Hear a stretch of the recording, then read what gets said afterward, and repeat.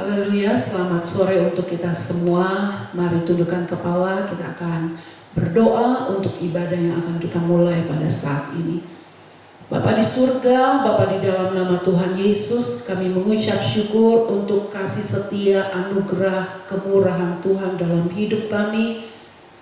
Kami tahu Tuhan, kalau kami boleh ada saat ini itu semua karena Tuhan.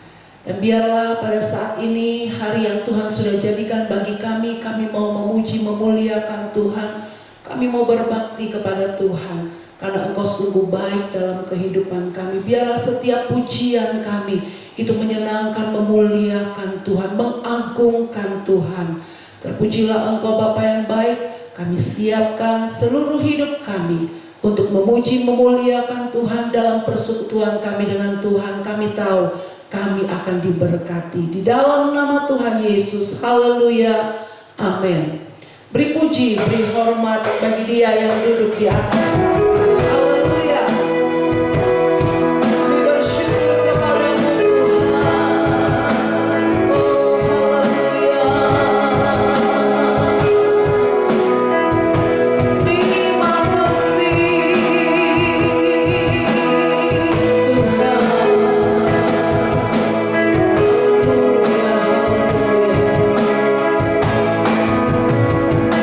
Beri puji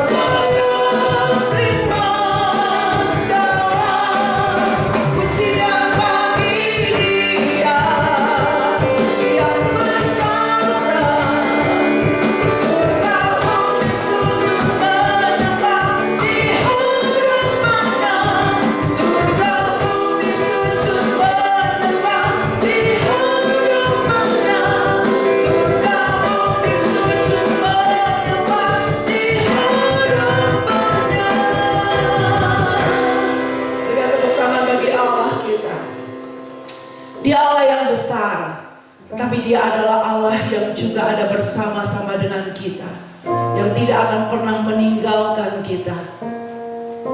Di saat kita lemah, kuasanya sempurna bekerja dalam hidup kita. Di saat kegelapan meliputi kita, maka kita melihat ada jalan yang Tuhan sediakan bagi kita. Haleluya, Dia sempurna. Terima kasih Tuhan. Bapakku datang dan berserah, ku nyatakan Kau yang berkuasa dalam gerak, Kau setia, Kau cahaya hidupku.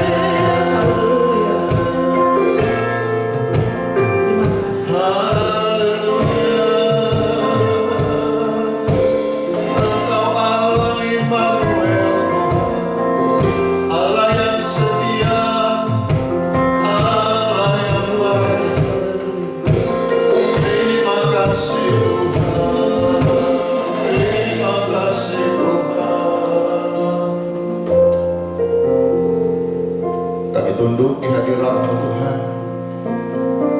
Engkau yang menguatkan kami, memampukan kami untuk bertahan dalam keadaan hari-hari sulit sekalipun, Engkau memampukan kami Tuhan. Kuasa Roh-Mu menguatkan kami, Engkau menopang kami.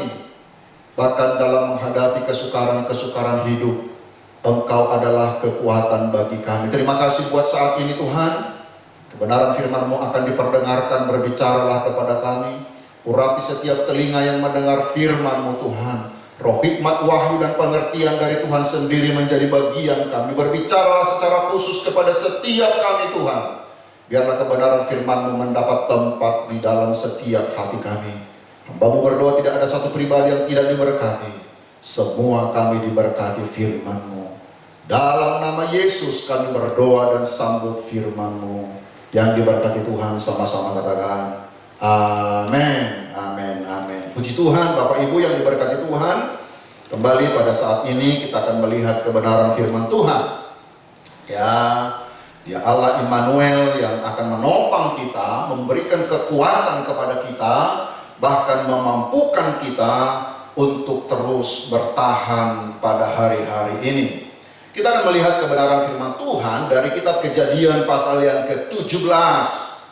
Kejadian pasal yang ke-17, satu ayat yang kita akan baca bersama-sama saudara-saudara. Kejadian pasal yang ke-17, ayatnya yang ke-17. Mari kita akan baca ayat ini bersama-sama. 1, 2, 3. Lalu tertunduklah Abraham dan tertawa serta berkata dalam hatinya, mungkinkah bagi seorang yang berumur 100 tahun dilahirkan seorang anak, dan mungkinkah Sarah yang telah berumur 90 tahun itu melahirkan seorang anak? Bapak Ibu yang diberkati Tuhan, saya percaya bahwa kita sering mendengar tentang bahwa Tuhan kita adalah pembuat keajaiban. Kita percaya bahwa bagi Tuhan tidak ada yang mustahil. Kata-kata ini begitu populer di dalam setiap ibadah-ibadah, bahkan mungkin di dalam percakapan daripada banyak anak-anak Tuhan. Ketika ada sahabat kita, ada keluarga kita yang menghadapi problem, ketika kita ingin memberikan kekuatan kepada mereka, kita seringkali mengatakan, percayalah bahwa bagi Tuhan tidak ada yang mustahil. Kata-kata ini seringkali kita sampaikan saudara-saudara, sehingga kalimat ini menjadi begitu umum kita ucapkan. Bahkan mungkin saudara-saudaraku kita kehilangan arti yang sesungguhnya. Sepertinya kalimat ini begitu mudah untuk kita ucapkan. Dan ketika di dalam keadaan sulit saudara-saudara, kata-kata yang biasanya kita ucapkan kepada orang, di mana kita berkata bahwa bagi Tuhan tidak ada yang mustahil. Tetapi ketika kita sendiri di dalam keadaan kesulitan, ketika kita di dalam problem, kehilangan makna daripada ayat ini, kehilangan makna daripada kata-kata ini. Dan ini juga sebenarnya yang dialami oleh Abraham di dalam ayat-ayat yang kita baca ini, saudara-saudara. Ketika dalam keadaan di mana Tuhan menjanjikan tentang keturunan, saudara-saudara, kita melihat di sini respon daripada Abraham. Sekali lagi saya akan baca ayat ini. Lalu tertunduklah Abraham dan tertawa serta berkata di dalam hatinya, mungkinkah, dan seterusnya. Di dalam keadaan yang bagi Abraham secara manusia, di mana dia tidak mungkin lagi untuk mendapat anak, tidak lagi mendapat keturunan, ketika dia dengar firman Tuhan bahwa dia akan memperoleh anak, saudara-saudara, respon Abraham itu adalah dia tertawa. Tertawa bukan karena senang hati, tertawa bukan karena dia percaya itu terjadi, tetapi karena dia ragu, saudara-saudara. Jelas sekali di dalam ayat ini dikatakan, mungkinkah bagi seorang yang berumur 100 tahun dilahirkan seorang anak? Mungkinkah Sarah yang telah berumur 90 tahun itu melahirkan seorang anak? ketika mendengar sebuah janji Tuhan, ketika mendengar sebuah mujizat akan terjadi, ketika akan mendengar bahwa akan ada pertolongan di tengah-tengah kemustahilan itu, respon Abraham pada waktu itu, dia tertawa. Sekali lagi, tertawa bukan karena penuh sukacita, tetapi mentertawakan firman Tuhan, karena dia tidak pada waktu itu ragu. Dia ragu akan firman Allah. Dan kalau kita lihat sebenarnya di dalam peristiwa di mana Allah menjanjikan keturunan kepada Abraham, bukan hanya Abraham yang tertawa, tetapi juga Sarah. Jadi keluarga ini, suami istri ini juga sebenarnya pada waktu itu sama-sama mentertawakan firman. Kenapa?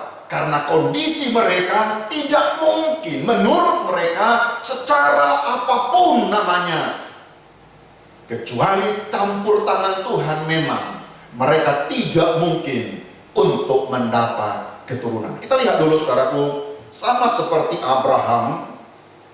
Kalau kita lihat di dalam Kejadian 18 ayat yang ke-12. Ya, jadi satu pasal setelah pasal 17. Di dalam Kejadian pasal yang ke-18 ayatnya yang ke-12, saya akan baca. Bapak Ibu perhatikan, sekarang ini adalah respon daripada Sarah. Jadi tertawalah Sarah dalam hatinya, katanya, akan berahikah aku setelah aku sudah layu, sedang tuanku sudah tua? Jadi perhatikan saudaraku, kedua orang ini sebenarnya tidak yakin. Kedua orang ini ragu dengan apa yang Tuhan janjikan dalam kehidupan mereka. Dan kalau kita perhatikan, memang saudara-saudaraku sangat beralasan kenapa pada waktu itu baik Abraham dan Sarah sama-sama mentertawakan janji Allah. Kalau kita lihat Bapak Ibu bahwa janji tentang keturunan ini, maka ada banyak kali Tuhan berjanji. Dalam beberapa kesempatan ketika Tuhan datang mengunjungi keluarga ini, Tuhan sudah menjanjikan itu. Bahkan kalau saudara perhatikan, ketika Abraham dipanggil di dalam Kejadian pasal 12 ayatnya yang kedua. Jadi sebelum pasal yang ke-17, sebelum pasal yang ke-18, dalam pasal yang ke-12, ketika Tuhan memanggil Abraham, janji ini sudah disampaikan. Di dalam Kejadian 12 ayat yang kedua dikatakan, aku akan membuat engkau menjadi bangsa yang besar.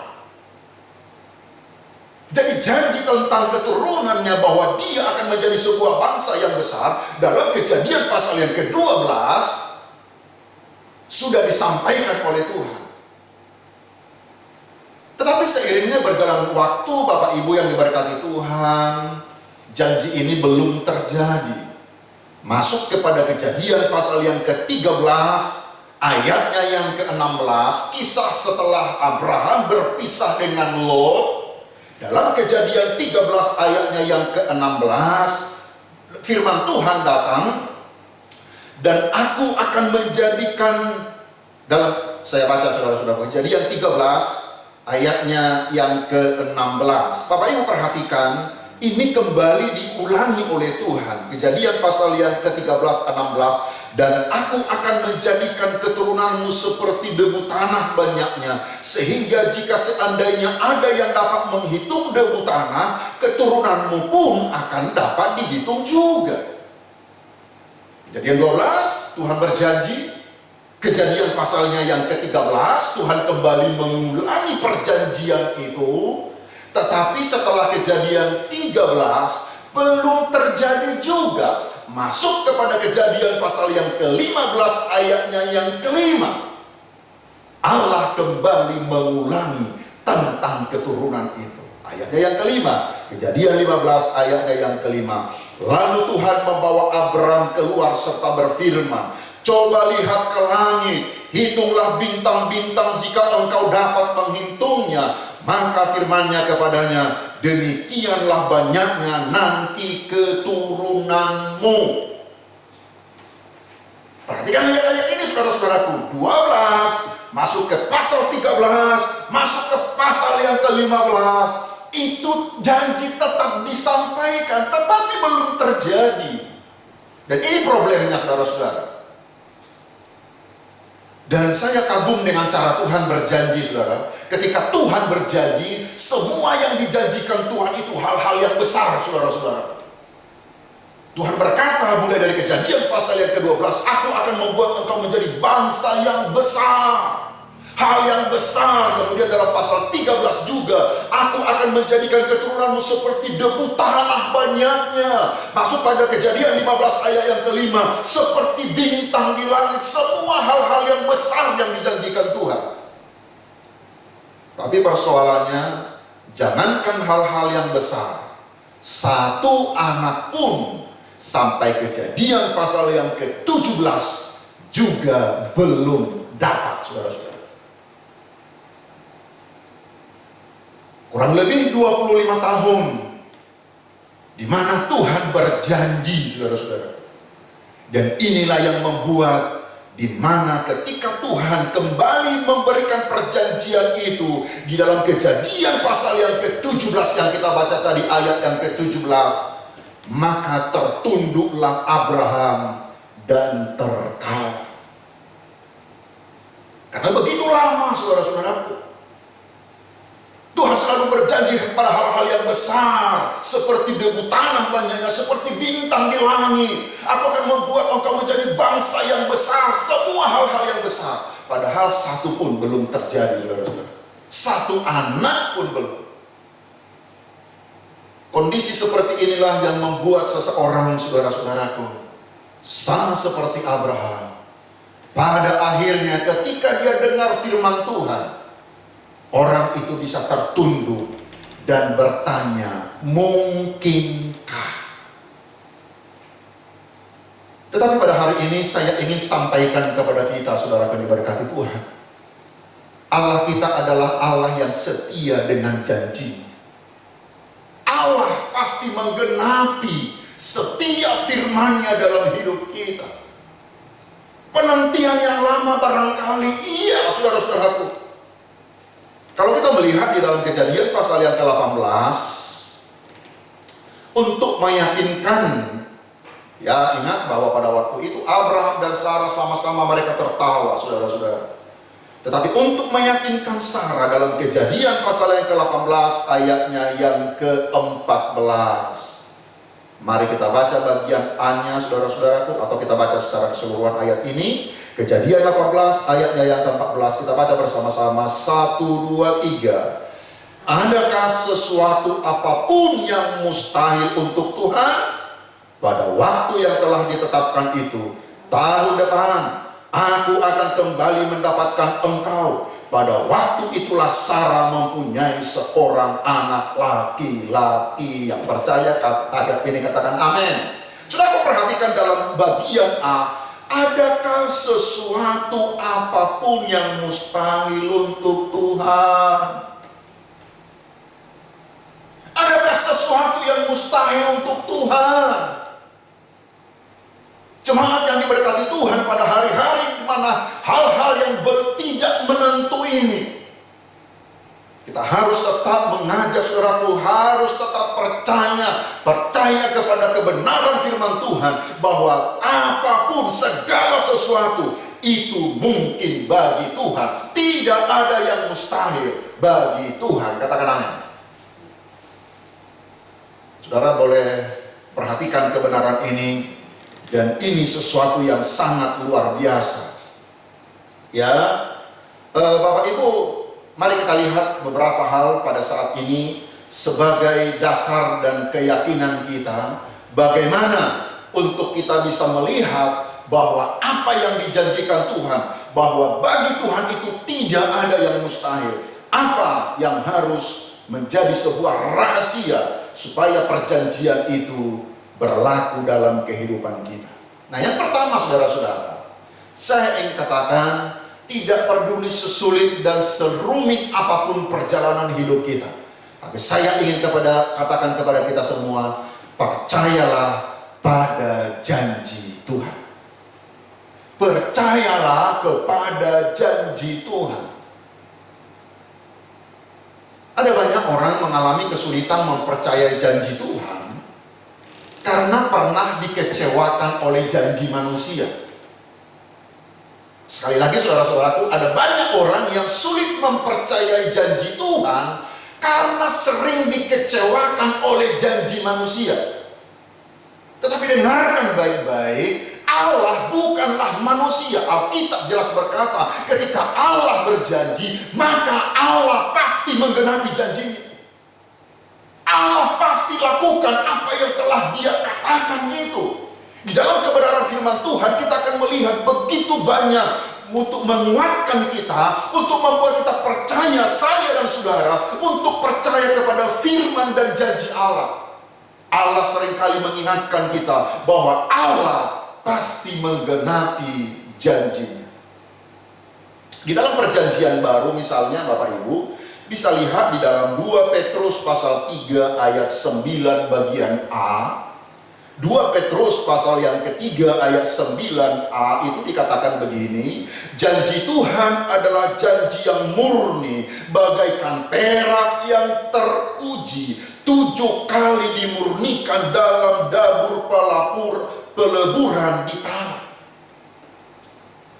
Petrus berkata janji Allah itu adalah janji yang murni bagaikan perak yang teruji, 7 kali dimurnikan dalam dapur peleburan di tanah. Bapak Ibu yang diberkati Tuhan, di dalam Mazmur pasal yang ke-112 ayat 7. Ya, Mazmur pasal yang ke-12 ayatnya yang ke-7. Saudara akan melihat di dalam kebenaran-kebenaran firman Tuhan, setiap kali kita melihat bahwa Allah selalu meyakinkan kita tentang janji-janji Allah.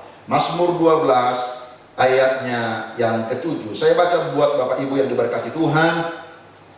Ayat 7, perhatikan ayat ini.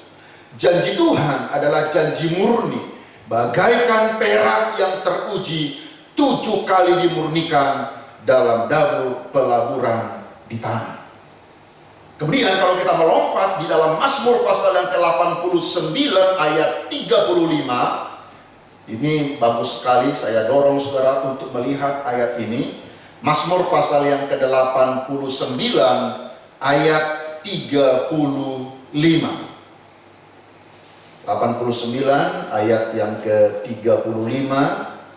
Saya baca dulu di dalam bahasa Indonesia sehari-hari. 89 ayat 35. Kalau di dalam bahasa Indonesia sehari-hari, Bapak Ibu perhatikan, firman Allah berkata demikian, perjanjianku dengan Dia takkan kubatalkan, janjiku tak satu pun kutarik kembali.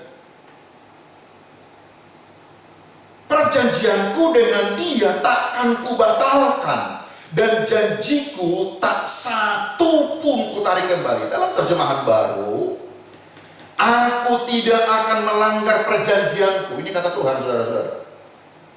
Saudaraku harus mengerti ketika Tuhan berbicara, ketika Tuhan berjanji, maka Tuhan membuat materai, maka Tuhan meneguhkan itu dengan firman-Nya. Aku tidak akan melanggar perjanjianku, dan apa yang keluar dari bibirku tidak akan kuubah. Wow, saudara-saudara. Klaim kebenaran ini, saudaraku. Percayai apa yang Tuhan katakan ini. Aku tidak akan melanggar perjanjianku. Apa yang telah keluar dari bibirku tidak akan kuubah, kata Tuhan. Kalau Dia berjanji memberkatimu, maka itu tidak akan dilanggar oleh Tuhan. Dan itu tidak akan diubah oleh Tuhan. Yang pertama, Bapak Ibu yang diberkati Tuhan, percayalah kepada janji-janji Allah. Amin. Mungkin lama menunggunya, oh ya, ada kalanya saudara-saudara.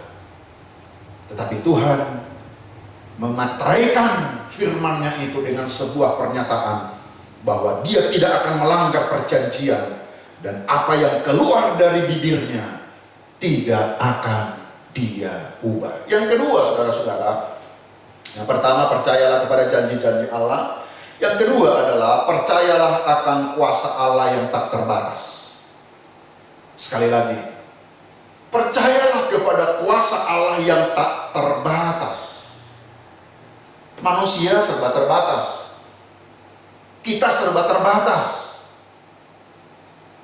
Dan saudaraku bisa lihat pada hari-hari ini, kalau saudaraku perhatikan di media sosial, ada kalanya kita menjadi bingung dengan semua apa di dalam berita-berita itu. Khususnya ketika kita membaca berita tentang kasus COVID-19 ini, saudara-saudara. Ada yang bilang mutasinya begini, ada yang bilang vaksin harus ada vaksin booster, ada yang bilang bahwa semua membingungkan, saudara-saudara. Ada yang berkata obat ini boleh, yang kemudian besoknya sudah dibantah lagi tidak boleh obat itu sebagainya. Tetapi saya katakan, saudara-saudaraku, ini adalah sebuah bukti bahwa pengetahuan manusia itu sangat terbatas. Ini adalah bukti bahwa kekuatan, bahkan kemampuan orang-orang hebat sekalipun dalam dunia ini terbatas. Tetapi terhadap janji Allah, kepada firman Allah, kepada kuasa Allah, saya ingin katakan, percaya kuasa Allah tidak terbatas. Ketika di dalam 1 Samuel, saudara-saudaraku, Hana, kita semua tahu kisah apa yang dialami oleh perempuan ini. Ketika dia datang seperti biasa di dalam bait Allah, dia berdoa kepada Tuhan untuk minta anak, saudara-saudara. Saya pernah sampaikan, Bapak Ibu, menarik sekali penggunaan kata yang dipergunakan oleh Hana di dalam doanya. Sebutan tentang Tuhan, dia bicara tentang Tuhan semesta alam. Dia tidak katakan tentang Yahweh pada waktu itu. Dia tidak bicara tentang Allah yang berkuasa, tetapi dia bicara tentang Tuhan semesta alam. Saudara bisa baca itu di dalam doanya di dalam 1 Samuel pasal pertama ayat yang 11. Dia pakai kata Allah semesta alam. Kenapa dia pakai kata Tuhan semesta alam? Karena dia ingin mengatakan, saya terbatas Tuhan, tetapi engkau tidak terbatas. Kuasamu tidak terbatas. Percayalah kuasa Allah yang tidak terbatas. Di dalam Mazmur pasal yang ke-136, Bapak Ibu Saudara akan melihat di dalam Mazmur ini banyak sekali Mazmur berbicara tentang siapakah Tuhan. Dan ia ingin menunjukkan tentang Tuhan kita yang tak terbatas itu. Mulai dari ayat yang pertama, saudara-saudara, ya, kalau Bapak Ibu perhatikan, bersyukurlah kepada Tuhan sebab ia baik, bahwasannya untuk selama-lamanya kasih setianya. Nanti saya dorong saudara untuk membaca ayat ini secara keseluruhan. Tetapi kalau Bapak Ibu perhatikan di dalam ayatnya yang keempat, kepada dia yang seorang diri melakukan keajaiban-keajaiban besar, bahwasannya untuk selama-lamanya kasih setianya. Pemazmur mencoba mengidentifikasi tentang siapakah Tuhan. Kepada dia seorang yang melakukan keajaiban-keajaiban. Ayat yang kelima, kepada dia yang menjadikan langit dengan kebijaksanaan. Kemudian di dalam ayatnya yang keenam, kepada dia yang menghemparkan bumi di atas air, dan seterusnya. Dia bicara tentang Allah itu tidak terbatas kuasanya. Dan kepada pribadi inilah kita menaruh harapan kita. Kepada pribadi inilah kita mempercayai tentang Allah yang tak terbatas. Percayalah kuasa Allah tak terbatas. Kemudian kalau saudara baca di dalam kitab Yesaya pasal yang ke-40 ayat 12. Saya senang sekali ayat-ayat ini, saudara-saudara, karena ini akan memberikan sebuah kekuatan ketika segala sesuatunya sangat terbatas, tetapi kita punya Tuhan yang tak terbatas. Yesaya pasal yang ke-40 mulai ayat 12. Dahsyat luar biasa. Judul perikopnya, Allah di atas semua Allah. Perhatikan, saya baca. Siapa yang menakar air laut dengan lekuk tangannya, dan mengukur langit dengan jengkal, menyukat debu tanah dengan takaran, menimbang gunung-gunung dengan dacing, atau bukit-bukit dengan neraca. Saudara, baca selanjutnya tentang siapa Tuhan kita. Dia Allah yang tak terbatas. Kemudian juga Bapak Ibu yang diberkati Tuhan, kalau kita perhatikan, percayalah kuasa Allah sanggup melakukan segala sesuatu yang Ia kehendaki. Kalau kita perhatikan di dalam peristiwa kelahiran Yesus di dalam kitab Injil Lukas pasal yang pertama, saudara akan melihat pada waktu itu Maria ada di dalam kebimbangan. Maria di dalam keadaan yang tidak mengerti dan tidak memahami. Tetapi Allah datang untuk meyakinkan dia. Di dalam kitab Injil Lukas pasal yang pertama, kalau saudaraku perhatikan ayatnya yang ke-37. Ayat ini sangat kita kenal, saudara-saudara. Ketika Maria berkata kepada malaikat itu, bagaimana mungkin itu terjadi? Karena dia akan mengandung dan akan melahirkan seorang anak. Respon daripada Maria pada waktu itu, bagaimana itu mungkin terjadi? Perhatikan Lukas pasal pertama ayat 37, firman Tuhan berkata, sebab bagi Allah tidak ada yang mustahil. Dan yang menarik saudara-saudara, tentu kita percaya bagi Allah tidak ada yang mustahil. Tetapi menarik, Yesus juga ingin menekankan kepada kita, bukan hanya bagi Allah tidak ada yang mustahil, tetapi bagi saya dan saudara yang percaya kepada Tuhan, yang punya iman kepadanya, kita juga melihat perkara-perkara besar yang Tuhan akan kerjakan. Mari kita lihat bagian-bagian terakhir dari firman Tuhan pada saat ini. Dalam Markus pasalnya yang ke-9, ayatnya yang ke-14 mulai. Ya, kalau saudara perhatikan, cerita ini adalah tentang Yesus mengusir roh dari seorang anak yang bisu. Pada waktu itu, orang membawa seorang anak kepada Yesus supaya Yesus menyembuhkan mereka. Dan pada sebelumnya, mereka sudah membawa ini kepada murid-muridnya. Ayat 18, Markus 9 ayat 18. Dan setiap kali roh itu menyerang dia, roh itu membantingkannya ke tanah, lalu mulutnya berbusa, giginya berkertakan dan tubuhnya menjadi kejam. Perhatikan, kita baca bersama-sama. Aku sudah meminta kepada murid-muridmu supaya mereka mengusir roh itu, tapi mereka tidak dapat. Ternyata orang ini, saudara-saudaraku, di dalam keadaan sakit, dalam penderitaannya ini, sudah dibawa kepada murid-murid. Tetapi jelas di dalam ayat ini bahwa murid-murid tidak bisa mengusir roh itu. Kok bisa? Maka ada Yesus menegur mereka di dalam ayatnya yang ke-19.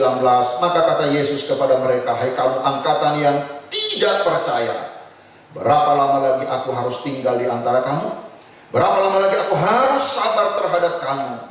Bawalah anak itu kemari. Kemudian di dalam ayat yang ke-23, bagian yang ingin penekanannya saya ingin sampaikan. Jawab Yesus, katamu jika engkau dapat. Karena orang tua daripada anak itu datang kepada Yesus dan dia berkata, jika engkau dapat. Tapi Yesus mengoreksi pernyataannya. Jawab Yesus, katamu jika engkau dapat. Ayat selanjutnya kita baca bersama-sama 1, 2, 3. Tidak ada yang mustahil bagi orang yang percaya. Haleluya. Artinya apa saudara? Sebenarnya ketika kita percaya kepada Tuhan, sungguh-sungguh percaya kepada Tuhan, kita juga bisa melihat dan mengalami perkara-perkara besar. Ingat, bagi Tuhan tidak ada yang mustahil. Walaupun hari-hari ini tidak menentu, teruslah mempercayai firman Allah. yang memberikan kekuatan, yang memampukan kita untuk terus melangkah. Mari tutup Alkitabmu, kita akan menyembah Tuhan. Ku yakin saat kau berfirman, ku menang saat kau bertindak. Bagi Tuhan tidak ada yang mustahil. Haleluya. Terima kasih Tuhan. Ku yakin saat kau berfirman, ku menang saat kau bertindak. Hidupku hanya ditentukan oleh perkataanmu.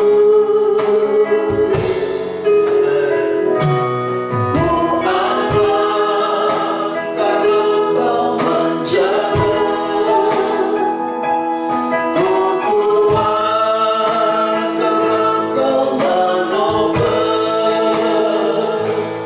Hidupku hanya ditentukan oleh kuasa-Mu.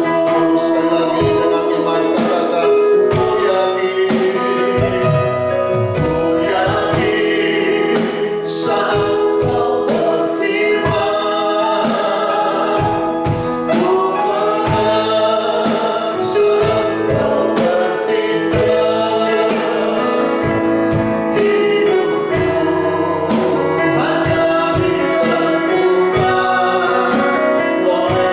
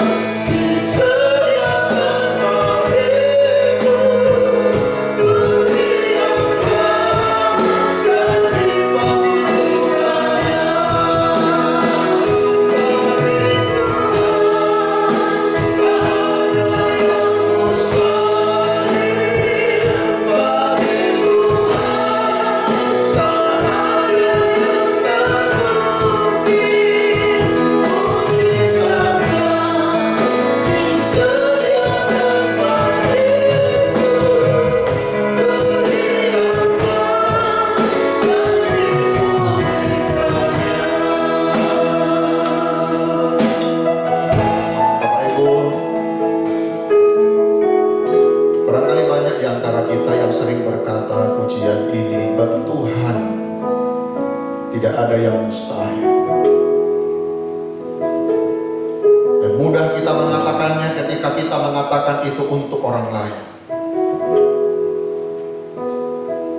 Tetapi pada hari ini saya ingin katakan, bagi Tuhan tidak ada yang mustahil, juga berlaku untukku. Bukan hanya kepada orang lain.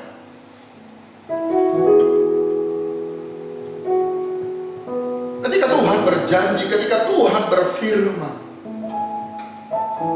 Dia adalah Allah yang selalu menepati janjinya. Allah tidak akan pernah menarik kembali atau merubah janjinya. Allah adalah Allah yang konsisten. Saudara boleh baca kembali Mazmur pasal yang ke-89 ayat yang ke-35. Apa yang Ia janjikan pasti akan digenapinya. Dia berkata, perjanjianku dengan Dia takkan kubatalkan, dan perjanjianku tak satu pun ku tarik kembali.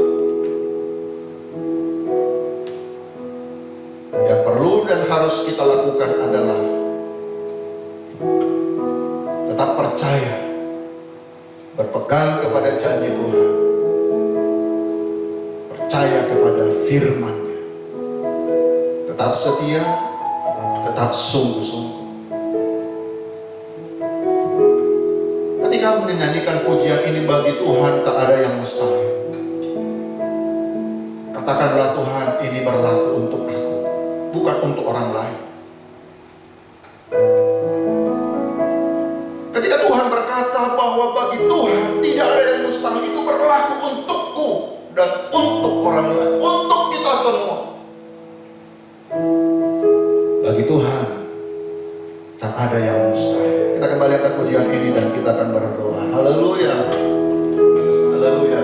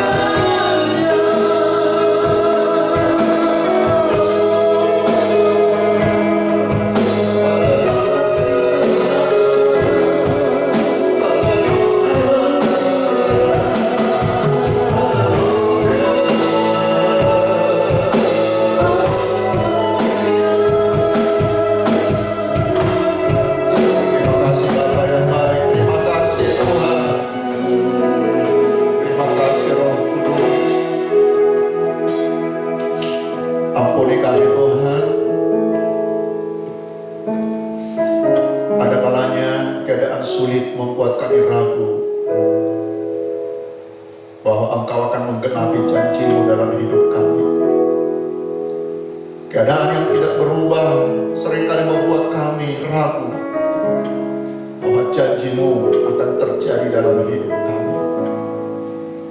Tapi hamba-Mu berdoa lewat kebenaran firman-Mu, Tuhan, setiap kami akan kembali dibangkitkan iman percaya kami bahwa apa yang Engkau janjikan itu pasti akan terlaksana dalam hidup kami. Engkau tidak akan menarik perjanjian-Mu kembali, Tuhan.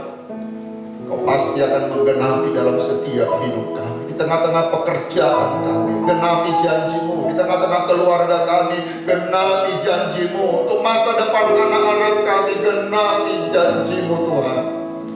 Bahkan untuk bangsa dan negara kami, pemulihan itu yang Engkau janjikan, Engkau akan kerjakan atas kota kami, bahkan atas keluarga-keluarga kami. Terima kasih Bapa yang baik. Mau berdoa Tuhan pada sore hari ini, biarlah yang lemah dikuatkan, yang sakit disembuhkan, dalam peperangan mengalami kemenangan. Bahkan ada di antara kami yang mulai ragu tentang janji-Mu. Kebenaran firman-Mu akan menguatkan kami, untuk kami kembali sungguh-sungguh mempercayai kebenaran firman-Mu dalam hidup kami. Terima kasih Tuhan, sepanjang minggu dalam semua aktivitas kami, Tuhan akan memberkati kami, anak-anak kami mulai dari yang terkecil dalam pertumbuhan mereka. Tuhan tolong, lindungi, pagari Tuhan. Bahkan pendidikan mereka dari tingkat yang terendah sampai yang tertinggi, yang kuliah. Tuhan tolong semua anak-anak kami, bahkan yang mencari pekerjaan, Tuhan buka jalan Tuhan dalam nama Yesus. Ketika tidak ada jalan, Engkau sanggup membuat jalan baru. Bahkan Engkau sanggup melakukan keajaiban ya Tuhan. Terima kasih Bapak yang baik, segala puji hormat bagi nama-Mu. Tengah keadaan kota kami yang masih sampai hari ini penyebaran COVID-19 ini termasuk salah satu kota yang sangat tinggi. Tetapi hamba-Mu berdoa, lindungi setiap umat-umat-Mu Tuhan. Bahkan orang tua kami Tuhan, pagari lindungi kami. Tutup bungkus kami dengan kuasa darah. Terima kasih Tuhan. Kami bersyukur. Kami akan akhiri persekutuan kami. Mari jemaat yang diberkati Tuhan, terima berkat Tuhan. Dan sekarang saudaraku, terimalah berkat daripada Allah Bapa, kasih sayang daripada Tuhan kita Yesus Kristus, persekutuan Allah Roh Kudus tinggal menyertai kita dari saat ini sampai selama-lamanya. Dalam nama Yesus yang diberkati Tuhan, mari sama-sama katakan amin, amin, amin. Selamat, Tuhan memberkati. Haleluya.